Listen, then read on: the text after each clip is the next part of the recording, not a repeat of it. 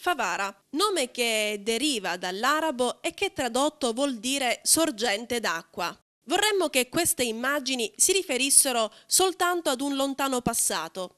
Ed invece no, questa è Favara del 10 luglio del 2010.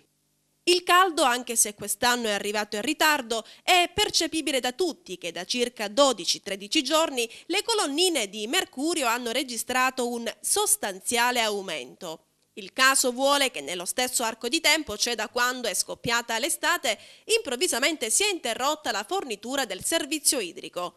A Favara ci sono quartieri dove l'acqua non arriva da quasi 2 settimane. È una situazione insostenibile privare i cittadini di un diritto fondamentale, soprattutto quando gli invasi della provincia sono pieni grazie alle diffuse precipitazioni registrate nel corso dell'anno. Le colpe delle continue interruzioni sono da attribuire alla precaria condizione delle condotte idriche.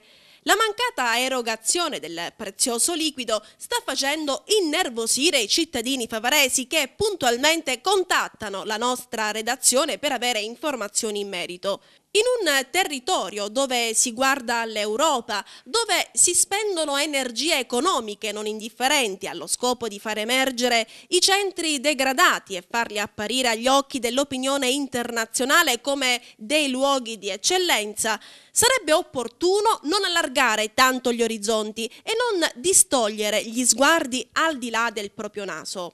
Alla gente che si sfoga al telefono con la nostra redazione non interessano le grandi questioni che in questi giorni arieggiano sul cielo di Favara, ma semplicemente chiedono: quando viene l'acqua alla Mersciata? Sicilia TV da qualche settimana, come avete potuto sicuramente notare, ha interrotto momentaneamente un prezioso servizio, quale quello di comunicare giornalmente i turni di erogazione idrica a favore della cittadinanza. La decisione di sospendere questo servizio, che ricordiamo essere stato effettuato gratuitamente in favore della collettività favarese, non è stata una scelta editoriale, ma la volontà nasce dall'esigenza di fornire ai cittadini una corretta informazione. Ci spieghiamo meglio. Ogni giorno Girgenti Acque ci invia una mail in cui è riportato l'elenco delle vie interessate all'approvvigionamento idrico. Spesso, per non dire quasi sempre, l'elenco fornitoci dalla società non corrisponde alla reale turnazione giornaliera effettuata. A dirlo non siamo noi di Sicilia TV, ma le tantissime chiamate che ci pervenivano in redazione anche la notte da contribuenti che attribuivano a noi le colpe del mancato arrivo dell'acqua nelle proprie abitazioni. Abbiamo più volte segnalato sia al Comune che all'ufficio stampa di Girgenti Acque delle incongruenze dei comunicati inviatici. Da quando non si effettua più questo tipo di comunicazione, le nostre cornette telefoniche sono diventate roventi, gente che chiama a qualsiasi ora del giorno e della notte senza tener conto che il numero da comporre per avere ulteriori informazioni non è la nostra emittente, ma bensì la società che gestisce il servizio idrico in provincia, ovvero Girgenti Acque. Tra i contenuti delle innumerevoli chiamate ricevute, il tema più comune è quello del pagamento integrale del servizio idrico.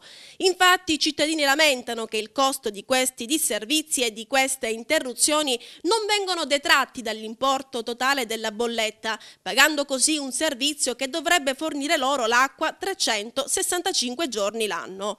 Ricordiamo ancora una volta che per informazioni sui turni bisogna chiamare Girgenti Acque e non la nostra redazione. Il numero da comporre è il seguente: 0922 44 15 39. Risponderà un addetto di Girgenti Acque tutti i giorni, dal lunedì al venerdì, dalle ore 8:30 alle ore 13:30 e il pomeriggio dalle 14:15 alle 17, escluso il pomeriggio di venerdì.